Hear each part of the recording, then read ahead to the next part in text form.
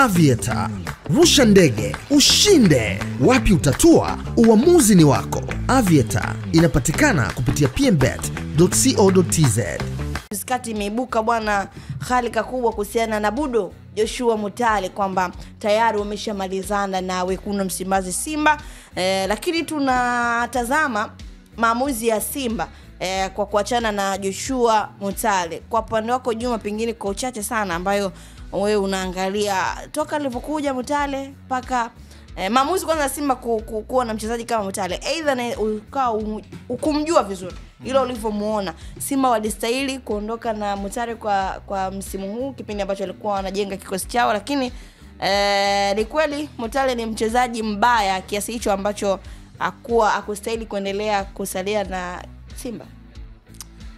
Tukijua kwamba usajili ni kamari, si ndio? Basi inawezekana ikawa ni vigumu sana kuwalaumu viongozi mpaka wanawekeza wanamsajili Joshua Mutale, kwa maana kuna potential ambayo waliona kwa upande wa Joshua Mutale. Kuna muda mchezaji anapobadilisha mazingira anaweza perform kama ambavyo sehemu ambapo nyewe mlienda kwenda kumtoa. Ni wachezaji wachache sana. Kwa mfano ukiangalia performance ya Soa tangu ajiunge na Singida, sasa hivi ana goli 11, si ndio? Anatishia amani kwa wale ambao waliopo pale juu. Dube hata ikitokea kwa mfano kama kwenye ligi kwenye hizo mechi 3 ambazo zilizosalia, pengine akifunga tu mechi ya kwanza ile before zile 2 kuweza kumalizika, angalia kelele ambao watu watakao kuwa wanaitoa kwa upande wa Dube kwamba huyu ndo mshambuliaji bora. Lakini akifunga Soa hakuna hizo kelele kwa sababu kwanza yupo timu ndogo, lakini watu pia wamfuatilii kwa asilimia kubwa. Lakini kama ni sehemu ya kutoa credit zaidi, unaweza ukampa Soa kwa sababu ameingia Singida, mechi yake ya kwanza dhidi ya kirafiki aliscore. Baada hapo alivyokuja kwenye upande wa ligi, mechi yake ya kwanza akaja akascore. Amefunga kwenye mechi 5 mfululizo za ligi.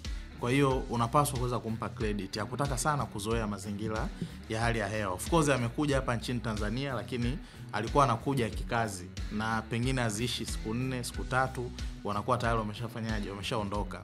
Dube amejiunga na klabu ya Yanga, amestruggle zaidi ya misimu 5 na zaidi ya miezi 5 pasipo kuweza kufunga goli. Kwa hiyo ni hali ambayo huwa inawatokea sana wachezaji. Kwa namna tulivyomuona Joshua Mutale akiwa kwenye upande wa kikosi cha Power, si ndio?